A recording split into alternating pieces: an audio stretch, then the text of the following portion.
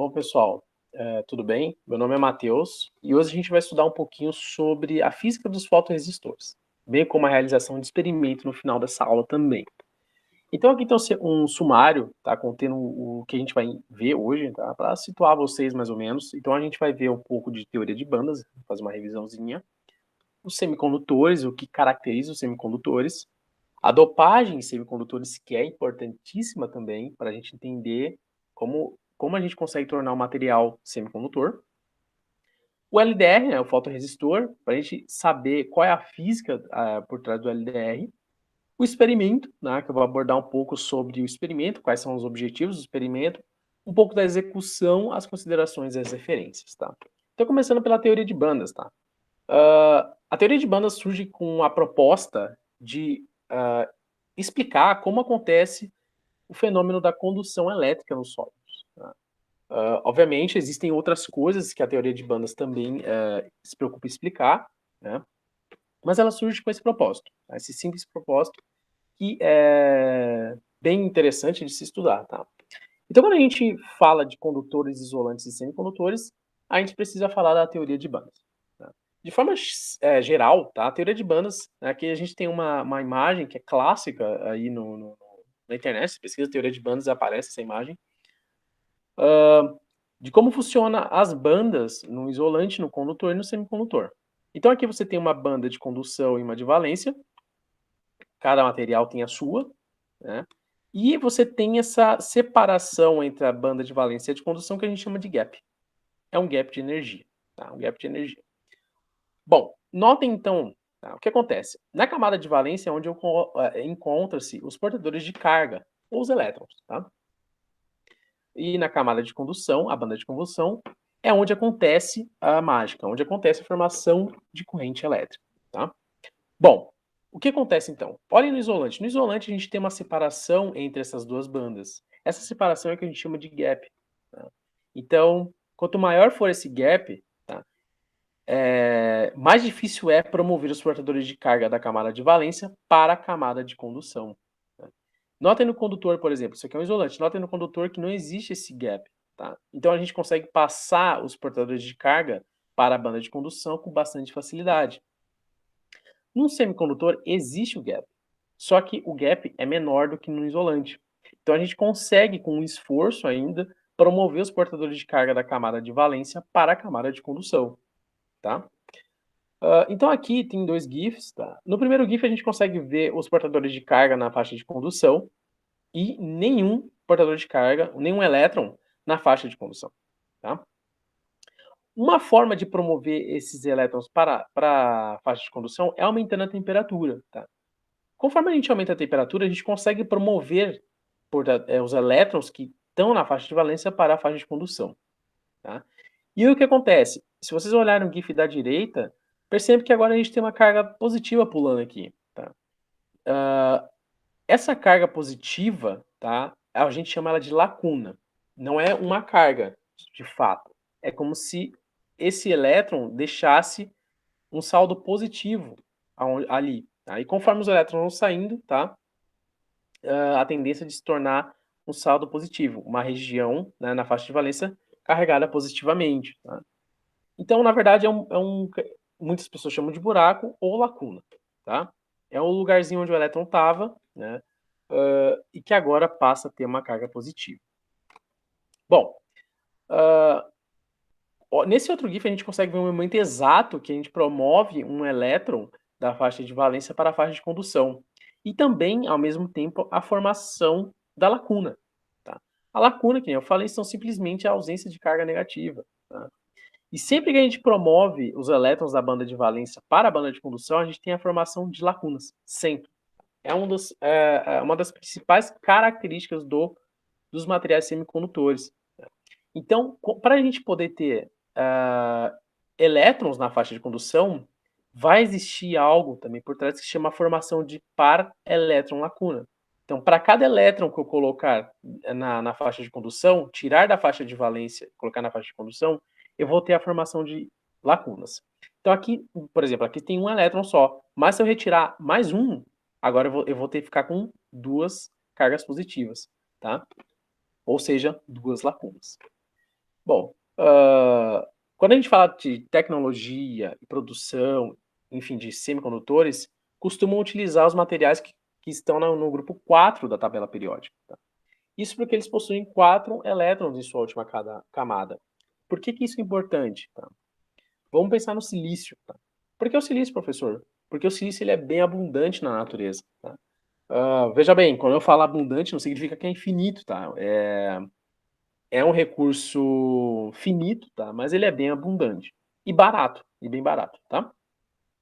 Quando a gente coloca vários átomos sucessivos de silício, né, numa rede, a gente vai ter, tá, a formação de uma ligação covalente. Lembrando lá de química, a formação covalente, tá, se caracteriza pelo compartilhamento de elétrons, tá? Então, a gente favorece a formação de uma ligação covalente quando a gente coloca, tem uma ligação sucessiva de átomos de silício.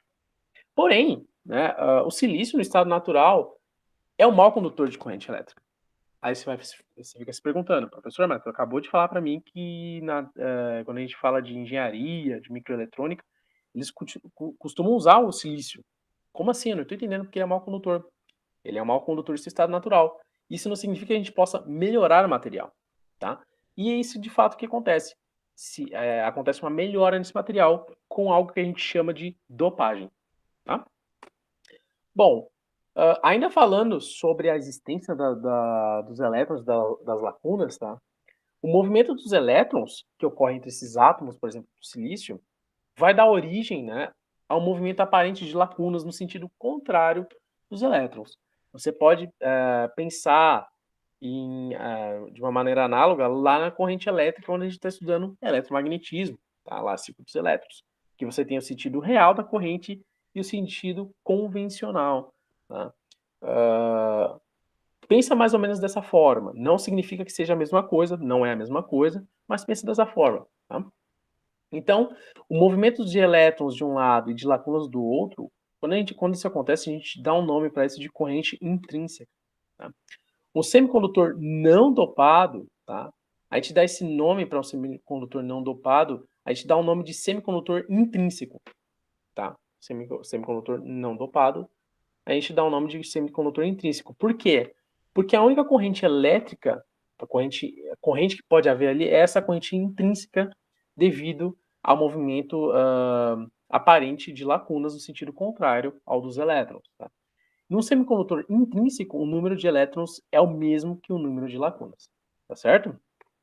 Bom, então falando da dopagem. A dopagem, pessoal, consiste em adicionar dopantes ou impurezas, tá, na rede do seu material, com o propósito de quê? De melhorar a condução elétrica dele, modificar a condutividade, tá?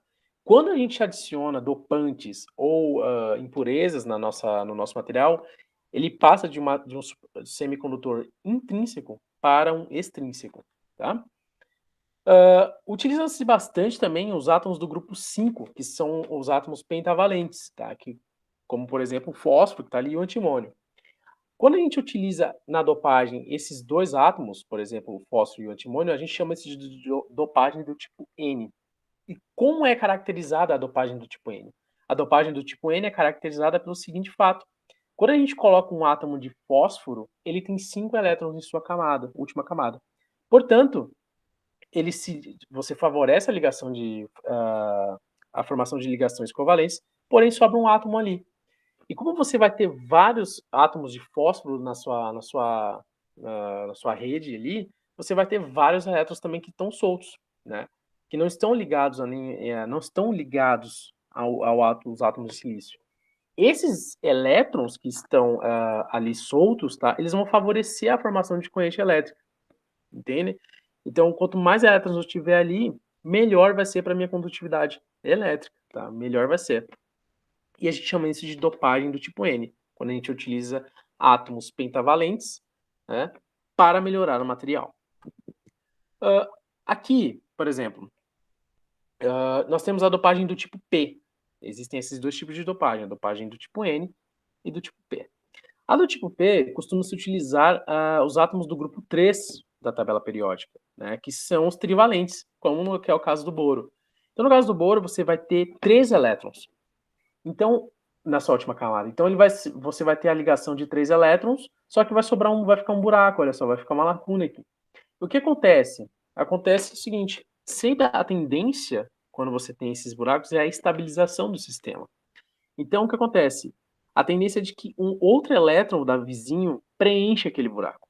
E quando acontecer esse preenchimento, vai surgir outra lacuna. E aí um outro elétron vai preencher aquela lacuna que veio, e assim sucessivamente vai acontecendo. E com isso você promove, tá? O movimento de elétrons e, consequentemente, o surgimento de corrente elétrica também, tá? Então, são esses dois tipos de dopagem, tá? São importantes para a gente poder entender a física também por trás, e também a química, que tem um pouquinho de química também, tá? E que aí para a gente entender que o semicondutor não brota assim da natureza, às vezes a gente tem que dar uma mexida ali, tá? Bom, falando agora do resistor, tá? O fotoresistor. O fotoresistor, ele é um material semicondutor, tá? Por isso que ele está aqui, ele não está aqui à toa. Ele é um material semicondutor, tá? Que é feito de sulfeto de cádmio, tá? É material feito de sulfeto de cádmio, que é um material semicondutor. Tá? O funcionamento do LDR tem base com o efeito fotoindutivo, é um dispositivo fotoindutivo. O que significa isso? Significa que ele vai ter alguma das suas propriedades elétricas alteradas quando a gente incide radiação, tá? Radiação eletromagnética, luz, né? Por exemplo, luz, né? Que no caso aqui do nosso experimento a gente vai utilizar uma lanterna, tá?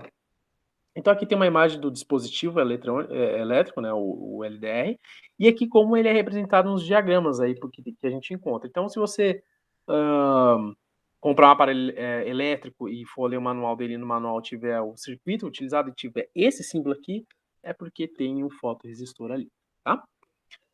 Bom, como eu disse, o funcionamento do LDR, você consegue entender ele pelo efeito fotocondutivo. O que é o efeito fotocondutivo? O efeito fotocondutivo, ele vai aumentar, tá? Quando ele ocorre, tá? A consequência desse efeito é aumentar a condutividade elétrica no meu material, tá?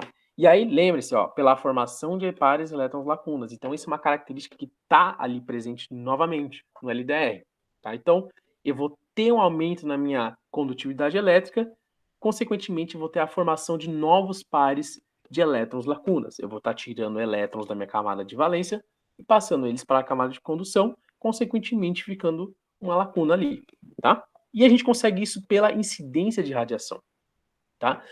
Lá eu dei o exemplo da temperatura, mas a gente pode fazer isso pela incidência de radiação. Por quê? A radiação eletromagnética carrega consigo uma energia.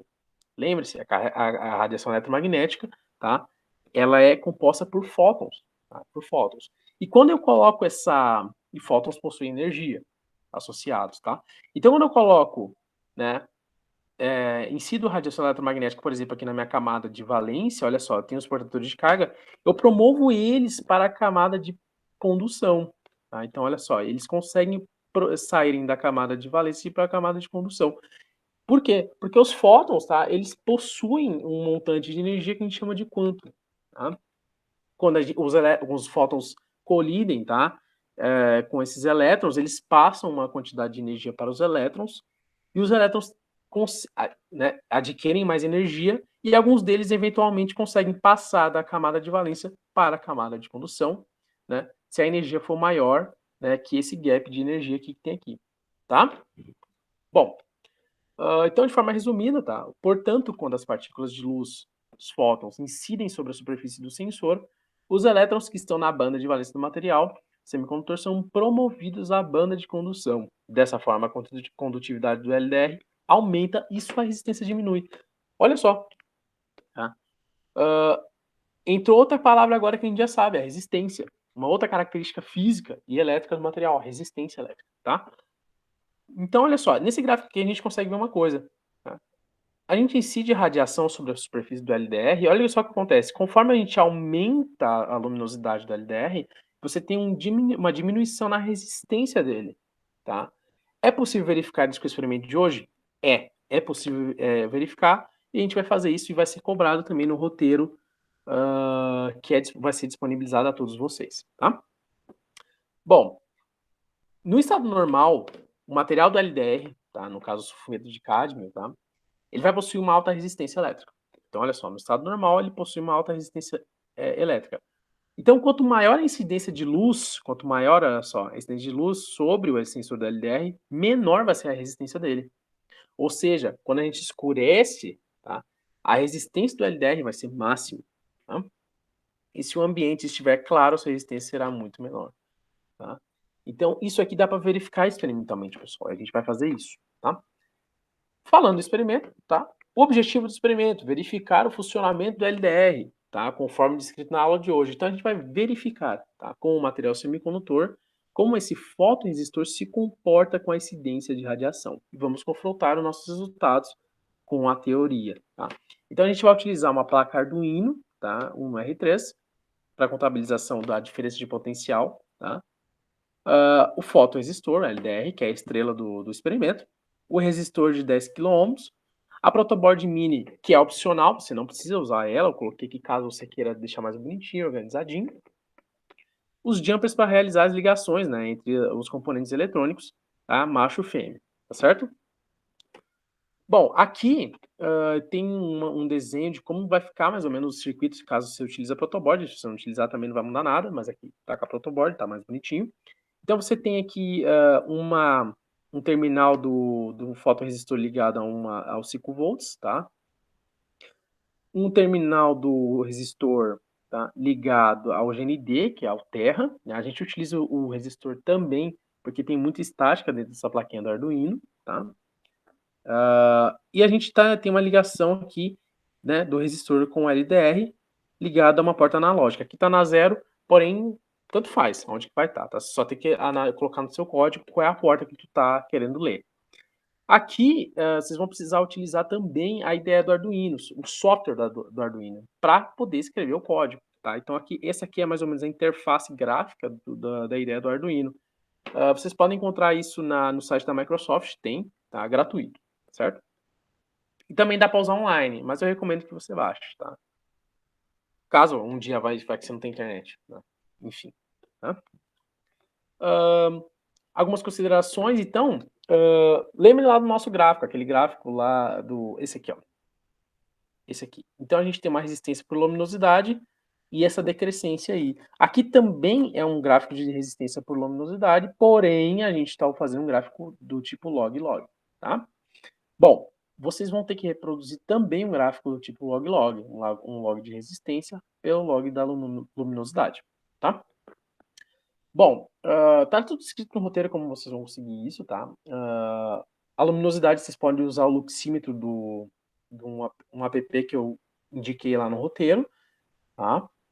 E o R vocês podem obter com a relação, com uma relação que também está descrita lá no roteiro, tá?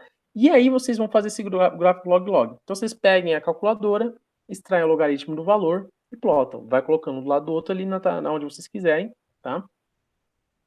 Se quiserem utilizar o Excel para fazer ou outro software, podem utilizar. E se quiserem fazer no papel também, no papel quadriculado, tudo bonitinho com escala, podem fazer também, tá? Então, após fazer o gráfico, você pode confrontar. A ideia é que você confronte os resultados que você teve com esse gráfico aqui, que é um gráfico teórico, tá? E com esse aqui também, se tu preferir, tá? Então, essa é a ideia, tá? Se pergunte, vê se os seus resultados vão se assemelhar a este gráfico, tá? Se não se assemelhar, por que não se assemelhou? Tente encontrar os erros que você pode ter cometido, tá? E registrar eles, tá? É assim que a gente faz ciência, tá? Aqui tem as referências e vamos para a segunda parte do vídeo. Tá?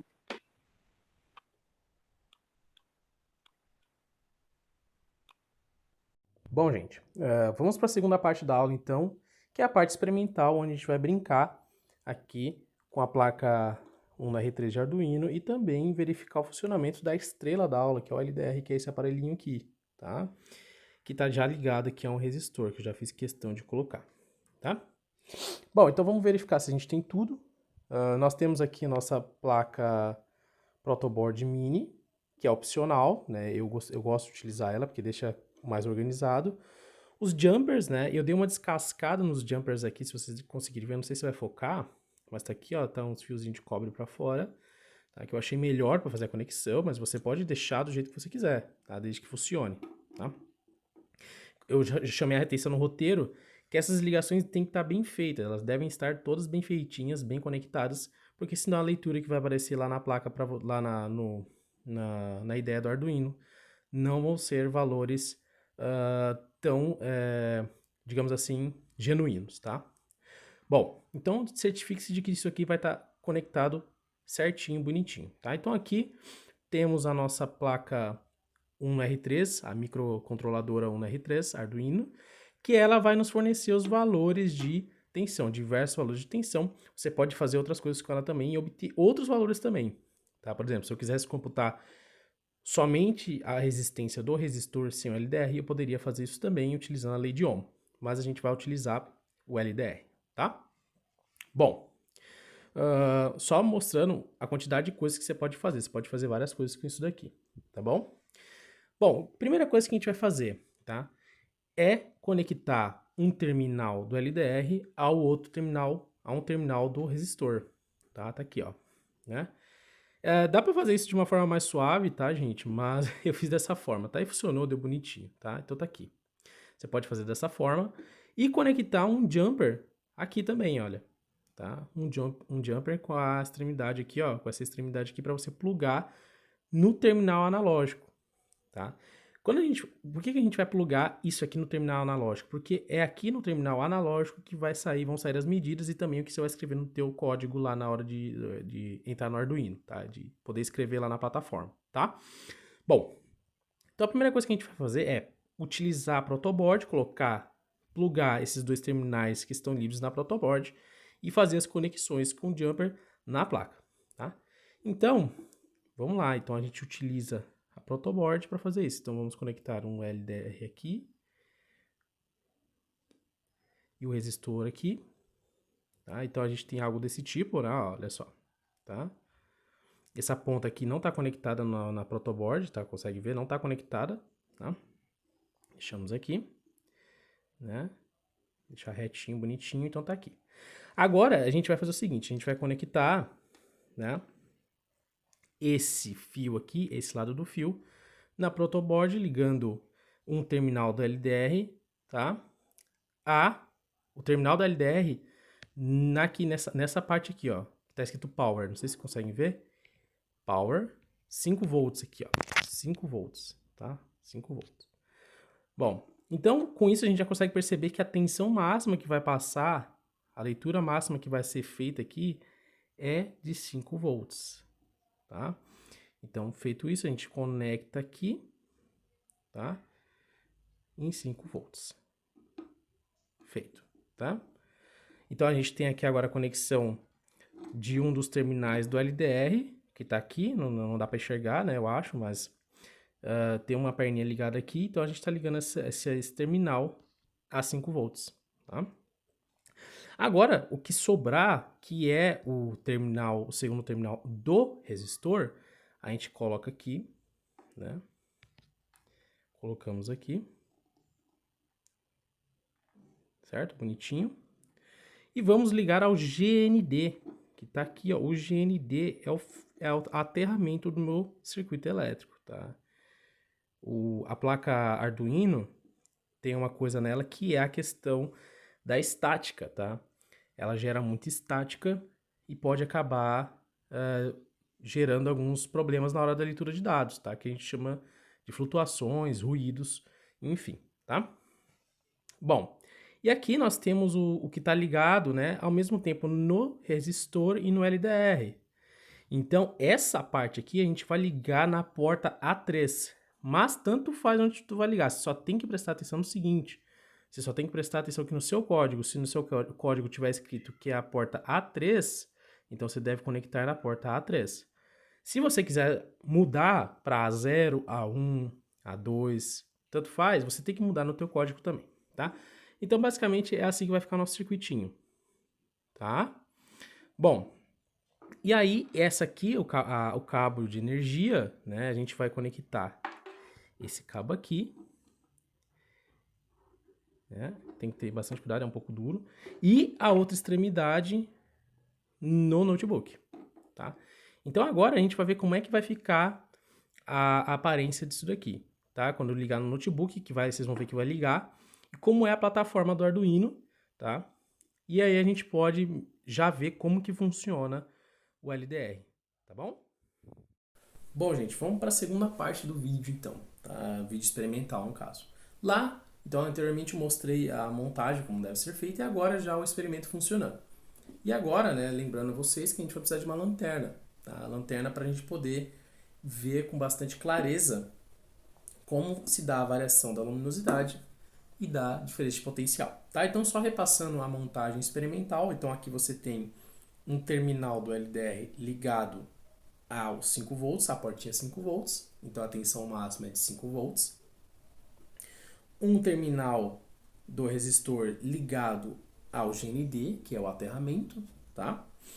E a ligação mútua entre os terminais do LDR e do resistor ligados à porta analógica A3. Tá? Conforme eu havia dito, você pode mudar aqui, não tem problema, desde que você ajuste seu programinha. Aqui no meu programa tá a leitura para ser feita a partir da porta A3. Então, se você mudar para a porta A1, você tem que mudar ali para a porta A1. Não muda muita coisa, tá?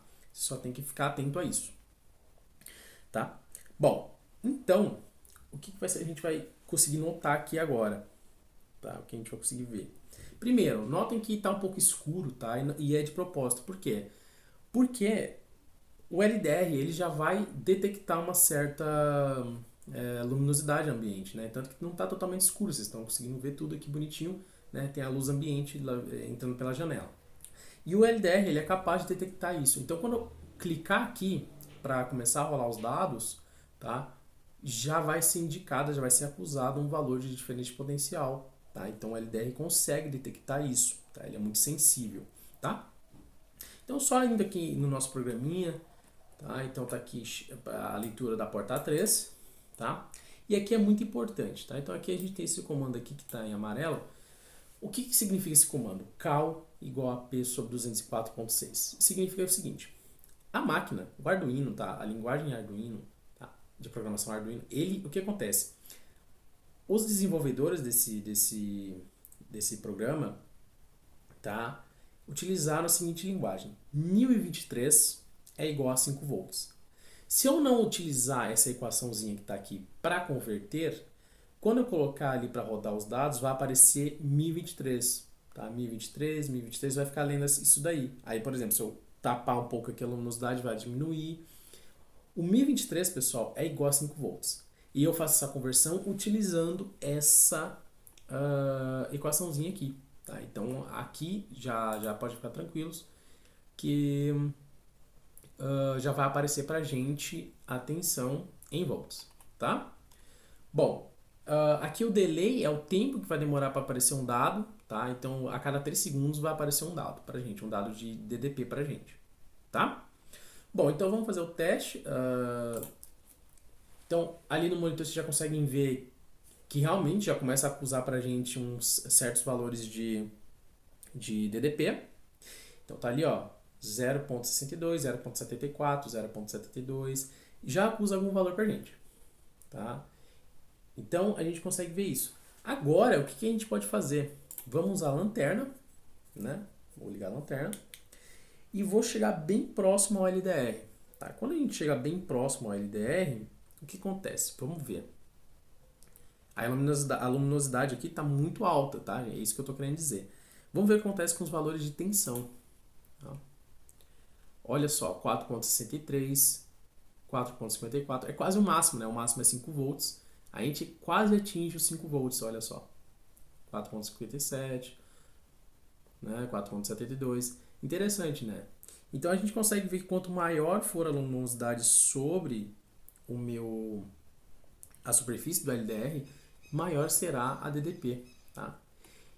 E agora vamos fazer o seguinte teste. Agora eu vou ir variando a distância, né? Eu vou ir variando a distância. Então olha só, primeiro 4,74, segundo 3,85, vamos variar um pouco mais, 3,98, 3,26. Então percebam, vai acontecendo uma certa diminuição entre os valores, né, de tensão, olha só, conforme eu afasto a fonte luminosa. tá? Então a gente consegue verificar que é o seguinte, quanto maior for a distância da minha fonte luminosa do LDR, menor está sendo a diferença de potencial, tá? Então a gente consegue ver que o LDR está funcionando e ele funciona muito bem. Ele consegue detectar. Então vamos lembrar a parte física aqui, o que está acontecendo, tá? Eu incido a radiação sobre a superfície do LDR, né? Estou incidindo a radiação. Quando eu incido a radiação, eu consigo fornecer energia para alguns elétrons que se encontram na camada de valência do meu material semicondutor. Eu consigo fazer com que eles passem, né, aquele gap de energia que foi mostrado na aula teórica. E aí eu consigo fazer com que alguns daqueles elétrons passem na camada de valência de condução, formando os pares de elétron-lacuna. Lembra?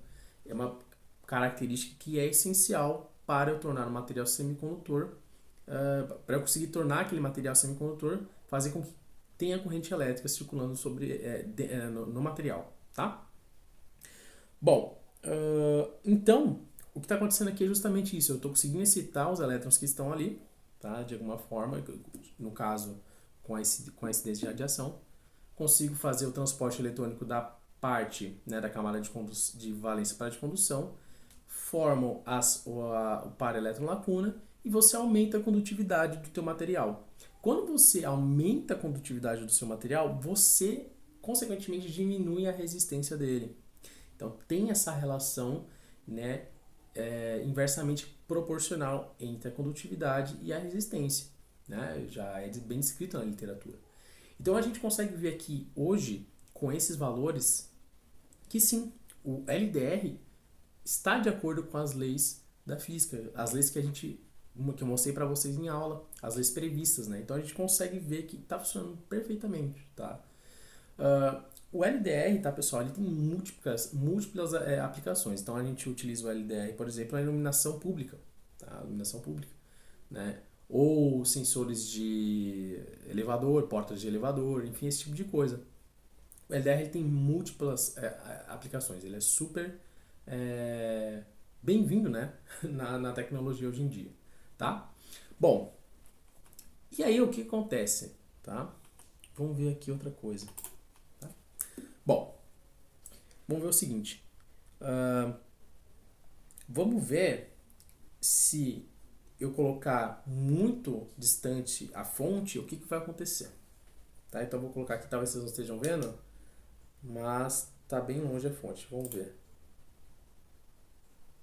Ainda está marcando 1.89, 1.71, vou colocando mais 1.69. Então a gente consegue ver o seguinte, pessoal, tem que ter uma certa distância, né, uma distância um pouco maior, para ele começar a acusar lá. Agora voltou a acusar o que estava no ambiente, 0.57, era isso que eu queria mostrar, tá? Então para ele começar, para a gente conseguir igualar a quantidade luminosa, a intensidade luminosa que sai da lanterna com o ambiente tem que estar bem longe, né? A gente consegue ver isso aqui, que tem que estar bem longe, tá?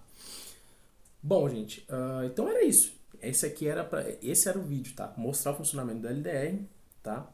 E aí as atividades do roteiro são com vocês, tá? Então, pegar os valores ali, como está descrito, tá no roteiro, fazer a média e fazer o gráfico de tensão por distância, tá bem?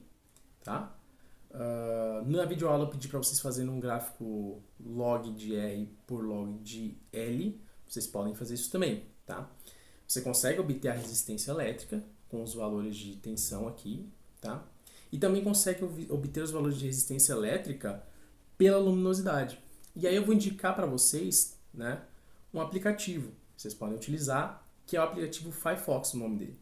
Lá, não são todos os celulares que tem, você tem um sensor de luminosidade que ele já te dá os valores em lux, tá? Então você pode pegar aqueles valores de lux que ele vai te dando para cada distância, né? E plotar um gráfico de log de R por log de L, que é a luminosidade, tá? E aí vocês vão ver, né, que o gráfico vai se assemelhar muito àquele mostrado em aula, tá? O gráfico vai se assemelhar muito àquele mostrado em aula, tá? Então, façam isso, tá? Se puderem, não vai ser cobrado de vocês esse tipo de gráfico, mas recomendo fortemente que façam pela investigação, tá? E é isso, tá, gente? Esse aqui era o experimento de hoje. Tá? Mais dúvidas, tenham contato e podem me chamar.